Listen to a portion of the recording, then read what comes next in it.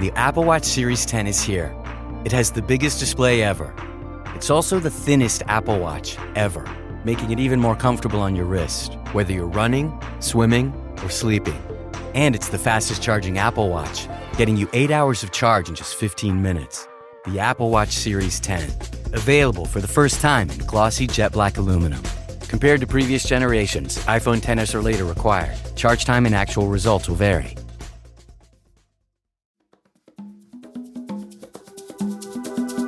Today on CityCast Denver, anonymous sources told the Wall Street Journal that President Trump's new immigration enforcement campaign is coming to Denver as soon as this week. So me and producer Paul Caroli are talking about how the mayor, the schools, and the suburbs are preparing for possible ICE raids in our city.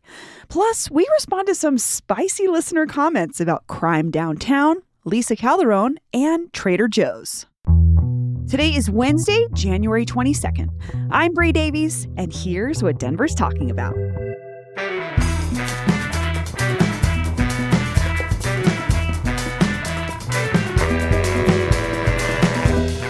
Hey, Paul.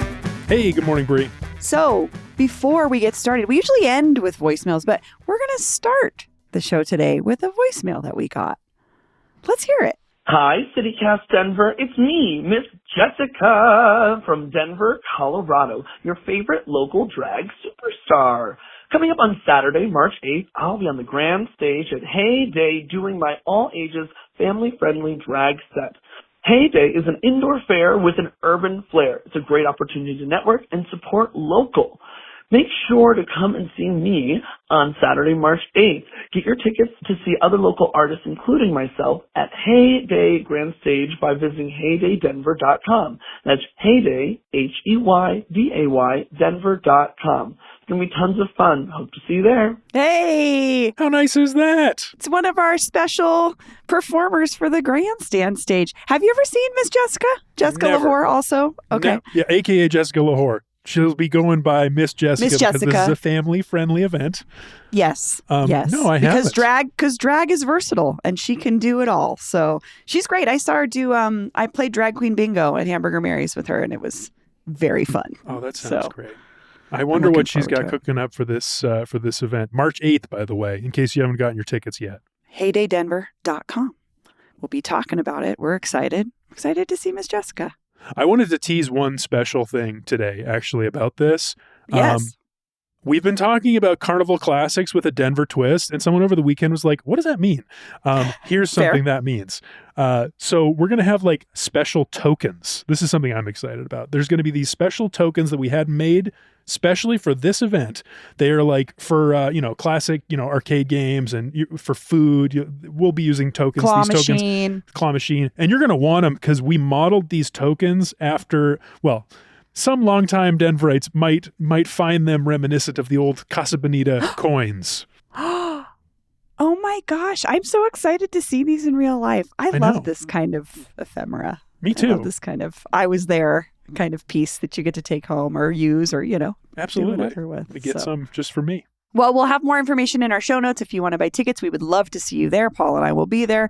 One of our favorite regular guests, comedian Joshua Emerson, will be there. So many other great things happening on the stage that we'll be talking about throughout the next couple of weeks. So stay tuned. All right, let's get to the news.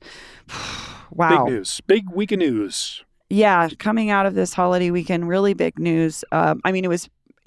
The biggest news of the week is national news, but it's also local, which is President Trump's inauguration and then his sort of immediate executive orders, which really touched on everything from gender identification to immigration, which is actually where we're going to start because everyone I feel like in Denver is talking about this immigration issue and how it relates to us particularly. Why is this so important to people here in Denver, Paul? Well, I just got to say, I was shocked. Maybe I shouldn't have been that he was so much better prepared this time. We don't have to dwell on the national stuff, but he had so many things ready to go. And I don't think it was like that 8 years ago. But anyway, immigration. We're talking about that because, everybody across the country is talking about it probably because it's one of his biggest priorities all through the campaign. Has been. But we are specifically because over the weekend, the Wall Street Journal reported that U.S. Immigration and Customs Enforcement, aka ICE, is planning raids basically immediately. And those raids are going to start, according to 4 unnamed sources, quote, familiar with the planning, in Chicago, which was the big headline. So people our colleagues at CityCast Chicago are all over this. But also Miami, Boston, New York City, LA, Washington, D.C., San Antonio, and Denver. So these raids could be happening in our city as we speak, Bree. I mean, this feels directly related to the Tren de Aragua conversation in Aurora. And when Trump was here a couple of months ago for that rally, he was calling it Operation Aurora. And Aurora is part of our Denver metro area. This is it's a city right next to us. So it is going to impact us. What has Mayor Johnston said about this? Because I think he's been very outspoken about the immigration stuff, because in particular, I mean, we've been dealing with the Venezuelan migrant situation for years now, and he's kind of been on the forefront of that conversation. What's Mayor Mike saying? Well, yeah, he's been on the opposite end of the spectrum as Trump, as we all know. He's been much more welcoming. He's been shifting city resources towards providing support services and away from like other things that the city would normally pay for, like police and like flowers and beds and garden in our parks. Parks and rec stuff, yeah. But specifically right now, I think what his main message has been, and he told this to Kyle Clark at 9 News, he's been telling this to the Denver Post, is that he is intending to uphold the state and local law that blocks our local and state law enforcement from working with ICE on these raids. So he has said that he will intend to cooperate with ICE when they're targeting people set to release from Denver jail. But we can expect Denver officials to be, protecting Denverites at, quote, sensitive locations like schools, hospitals, and churches. I'm sure you remember 10 years ago, there used to be stories pretty regularly about, people taking sanctuary in churches and staying inside churches for like months and months and months so they wouldn't be deported. So I don't know. I mean, maybe we can expect more situations like that. That one kind of depends on ICE, though. Apparently that's an ICE policy, not to arrest people at, quote, sensitive locations. So that policy could change, but we're hearing from the city that they're interested in protecting that and maintaining that, whatever that means. He's also talked about creating a network of childcare for children of detainees.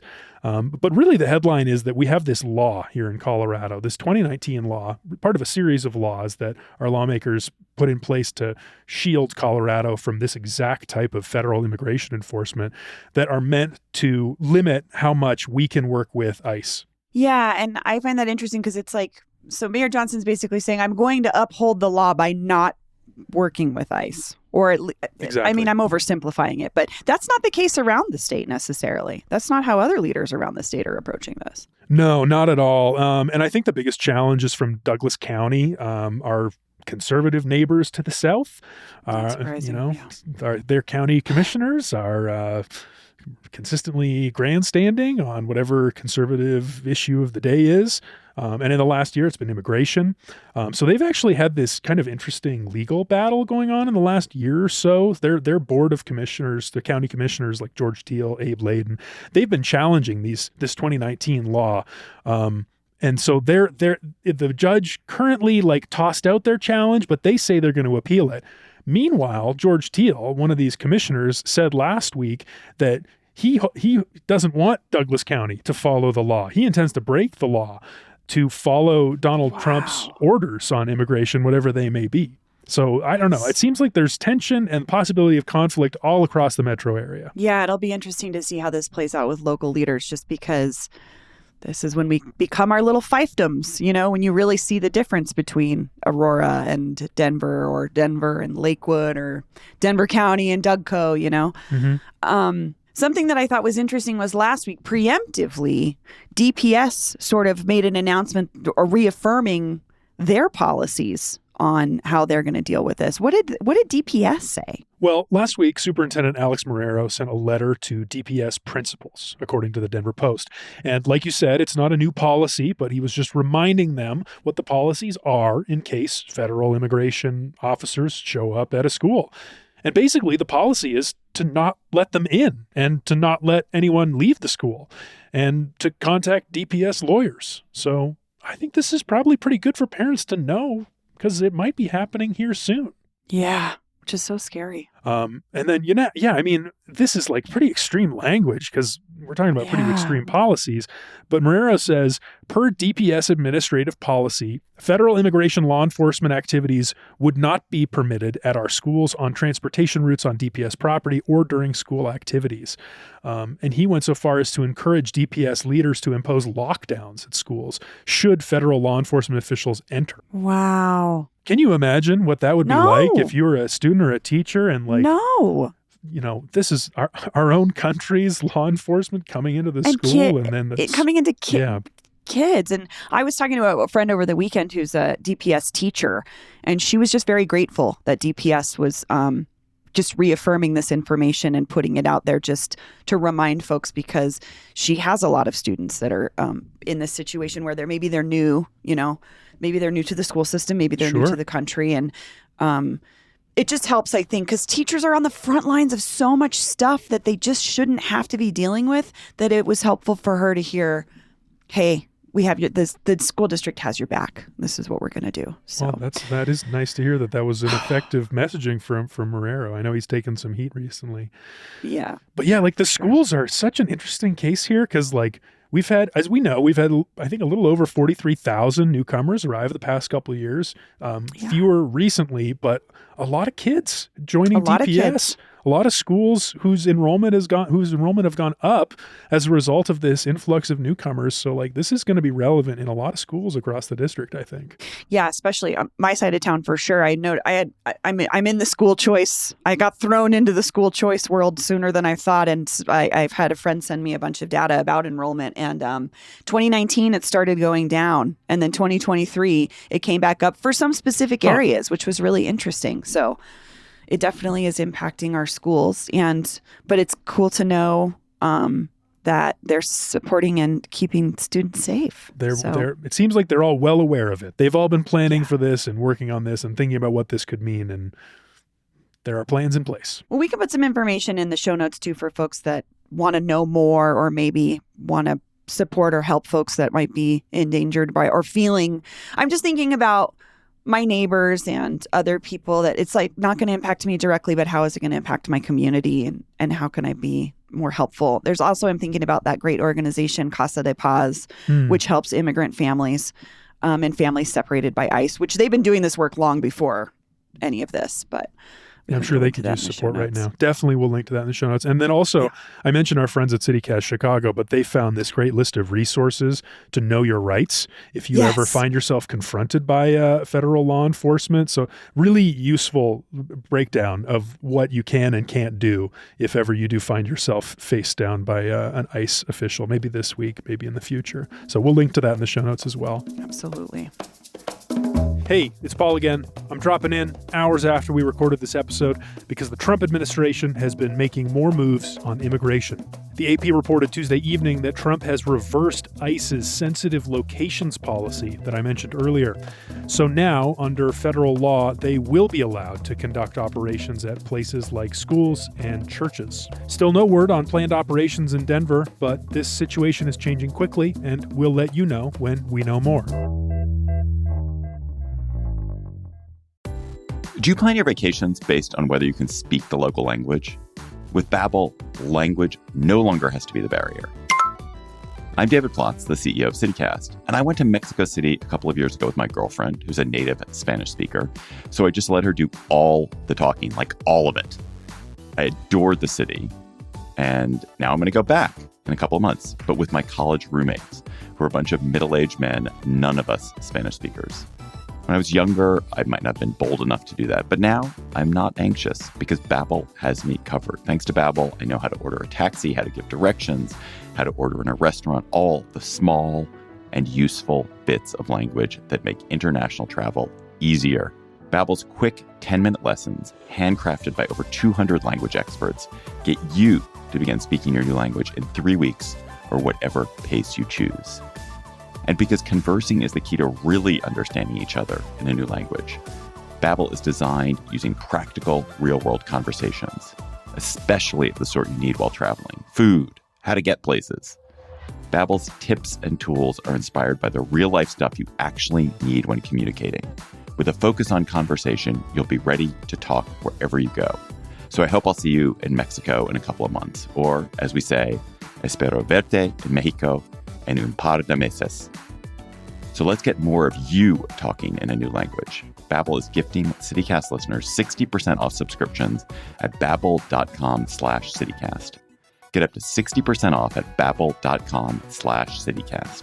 Spelled BABBEL.com/CityCast. Babbel.com/CityCast. Rules and restrictions may apply. This episode is brought to you by LifeLock. The new year brings new health goals and wealth goals. Protecting your identity is an important step. LifeLock monitors millions of data points per second.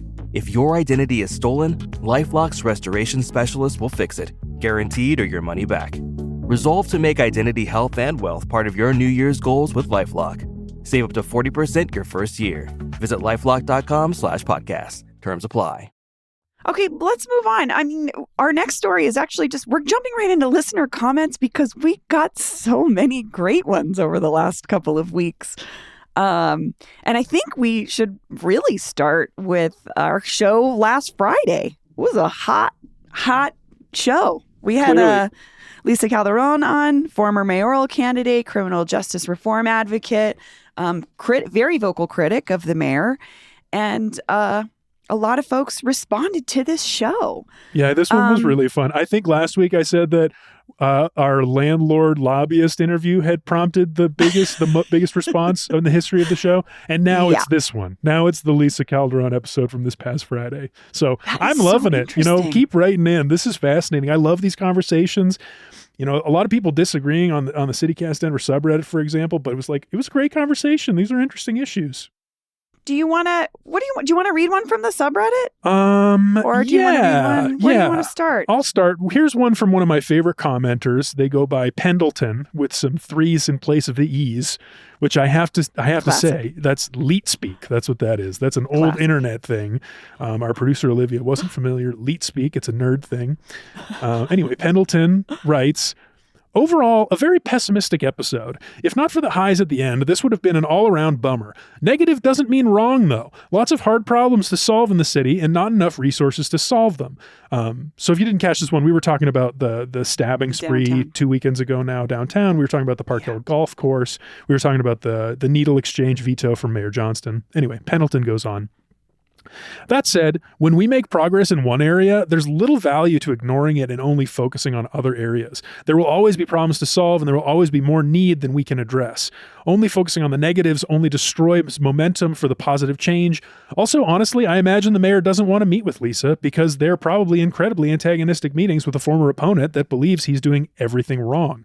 I believe the city is better than it was 2 years ago and is at least trying to act in accordance with better ideals.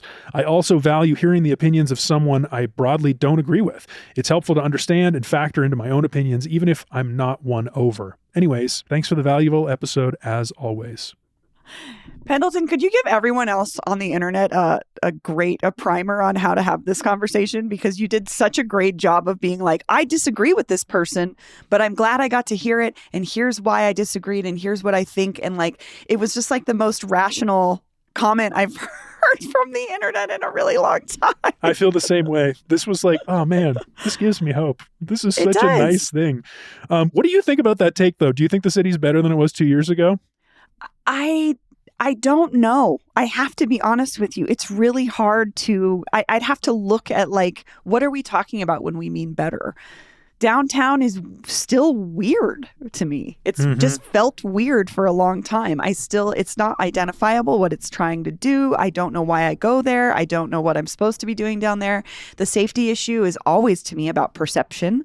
Perception is reality. And we have to realize our perceptions are all going to be different about what safety means. And it's been on, I don't know if it's better. I just don't know. We're looking at two different administrations also, right? We're almost 2 years into a new administration after 12 years of the same thing.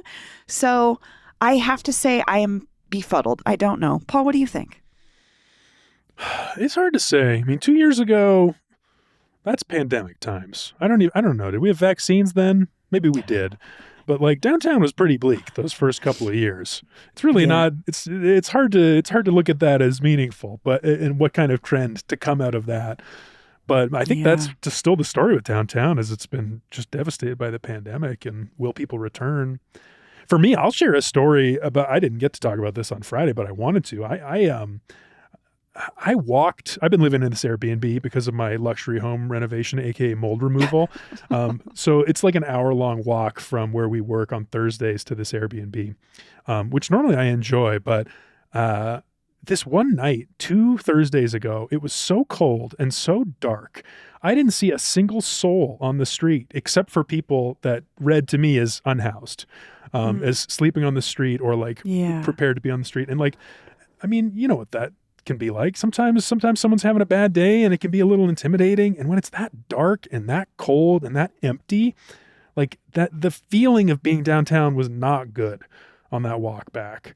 And then on top of that is all of our like traffic and issues. Like I'm walking across cross lights. I don't know if people have talked about this. Maybe there's a reason for this, but I'm getting walk signs on some of these streets downtown. And if I even get time to walk, if it doesn't like immediately flip over to like stop walking, like there are going to be cars turning left or turning right on red through the walk sign. They're not even looking at me. They're not expecting anyone to be downtown because I'm the only soul in blocks. But like I'm at a walk signal and I literally can't find a second to get through these cars whizzing past, turning through the walk lane. And I don't know. It was very hard to be downtown. It bummed me out. I wouldn't say that's a downtown problem as much as it's just a problem in general. I don't know if any cars pay attention to crosswalks. Yeah, you might be right about that. That might just be a Denver problem. But, I want to read this comment from this listener because we're talking about downtown, and we had a listener say they were downtown the night of the stabbing. And it was really interesting to hear from them about their experience in that moment. Because, we weren't there. We've just been talking about the general feeling of downtown. Dear CityCast, love the podcast, listen to it every day. I just happened to be downtown the evening of the stabbing on 16th Street Mall, so I wanted to give you my perspective. My wife and I went downtown to try out a new burger. Wait. This is important too. Totally overhyped. The new NADC burger. Okay, I don't know what it is either. I'll Google it. Let's try it. This is a really long comment. Where should I actually start? On the short walk to get dessert. How about that? Okay. You can pick it up there. On our short walk to get dessert, we noticed police tape surrounding the mall and the alleys around it. We saw a few police cars blocking off the street and talked amongst ourselves about what it could be. We decided that no one seemed concerned, so maybe it was construction. I was surprised the next day when I heard about the stabbing, and it occurred to me that while we were down there, that the suspect had not been caught and was most likely in the area at the same time we were. I was then more upset that we did not interact with one police officer while we were walking the street that evening. No one telling us to be on guard for potential danger. No one asking us to keep an eye out for suspicious behavior. No notification on my phone from the city or anything. What we saw was a few cops sitting in their patrol cars blocking access to the street, and that was it. So if the city is wondering why less people go downtown, then for us, this was the exact reason. The suburbs have all the restaurants, shops, and events I need without putting me and my family in danger. Why would I subject myself to this potential danger again after seeing this response, and even more after the completely tone-deaf response from the mayor on this subject? Citing statistics of reduced crime works on some parts of my brain, but other parts are analyzing a cost-benefit analysis of choosing where to eat and where to go for entertainment, and that analysis is clear. Downtown is more dangerous, is more expensive to park, and until there is a real benefit to going downtown, I'll be staying in my suburb no matter the statistical drop in crime. Thank you for your work and keep it up, Andrew C. Dang. That's such a good comment as well. Really appreciate that, Andrew C. That comment, that line about citing the reduced crime statistics, how that touches on one part of their brain, but not the comparison to the whatever crime rates might be in the suburbs. Like that is a great way to think about it. It kind of also touches on this thing that I find so strange about the modern world, which is we're hyper notified of things all the time until it comes to something really dire, and then we get no information whatsoever. Right. And he was like, cool, I'm wandering around. There's police officers. No one is sharing information. I don't know what's going on. And to me, it seems like it was safe in the perimeter, but I do understand the weirdness of being like, oh, a crime has just happened and I'm walking through the middle of it and no one has mentioned. I can't imagine. That would be, it's like surreal. I mean, the police probably didn't know what was happening. They probably didn't know that the person was, I mean, I don't know. I don't know what they knew. That sounds really scary. Sorry you went through that, Andrew. Yeah, me too. Other listeners, if you've tried out the new NADC burger downtown, call in, let us know if it's overhyped. What is the NADC burger? I don't know. I never heard of it. I just Googled it. It looks like a smash burger place. They got a few locations in like Chicago and Austin, and now it's here. Okay, let's move on to another topic, which is, funny enough, Trader Joe's. Paul, did you want to read this letter that I got? It's addressed to me. Yes. So I will provide the voice of the listener here. Thank you. Dear Bree, first off, huge fan of the podcast. Love all the local news and content y'all cover. However, as a local union member and labor activist, the constant talk about and free advertising for Trader Joe's is driving me crazy. I want to bring your attention to a lawsuit Trader Joe's is part of, along with Amazon and Tesla, that aims to eliminate or defang the NLRB. That's the National Labor Relations Board. As a daily listener, it seems like you're a supporter of the working class and the right to unionize, so it seems to be something you would be interested in. I've even made a viral TikTok about this issue, approaching 1 million views. I'll include an article for verification. But Class Trader Joe's is an active threat, not just to their own employees' right to unionize, but to all unions and the entire United States working class. Wow. Well, we know this person writes us regularly anytime we mention Trader Joe's. Which does come up. I would like to point to the episode from this week. If you have not listened to it, I talked to a labor organizer, Liza, who helped to organize the first Starbucks in Superior. So as you mentioned, we do talk about this a lot on the show. I guess my response would be, I don't think of it as an advertisement. I think it's just being real about what we do in the city and how we operate in the city and the places that we go. And I would be being dishonest if I wasn't truthful about where I go. I talk about King Soopers all the time, and they're in the middle of labor negotiations too. We also talk about those things. So sure.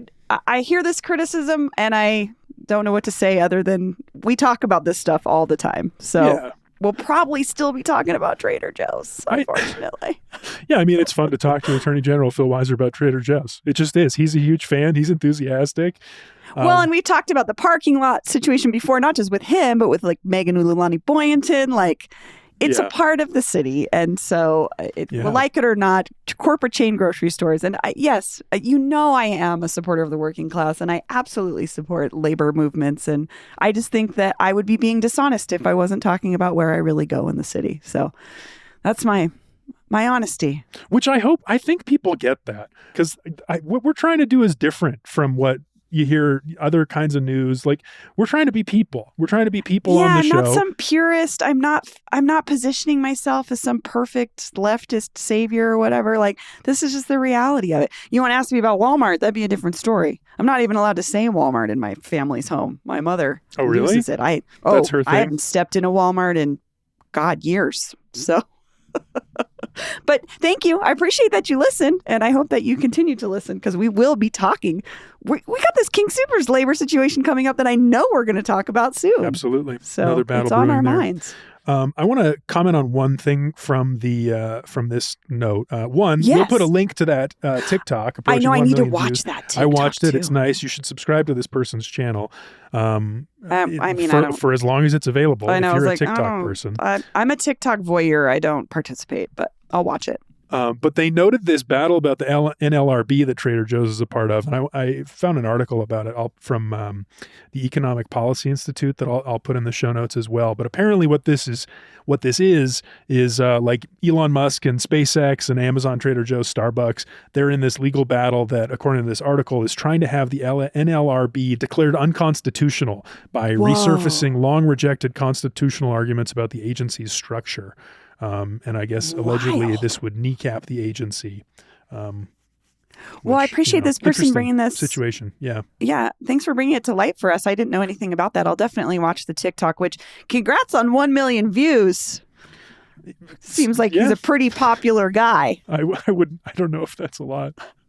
I would say congrats on coming up with Class Trader Joe's. I was just going to say, as hell. I'd love a Class Trader Joe's shirt. That'd be great. Well, if you have any thoughts on any of our shows, past or present, we love to hear from you. You can give us a call on the always open CityCast Denver hotline 720-500-5418. Give us a shout out. Let us know what you're thinking about, things you love, things you hate, what you want to hear us talk about. We love to hear from you. Again, that number is 720-500-5418. Thanks for joining me this morning, Paul. Bye. See you next time.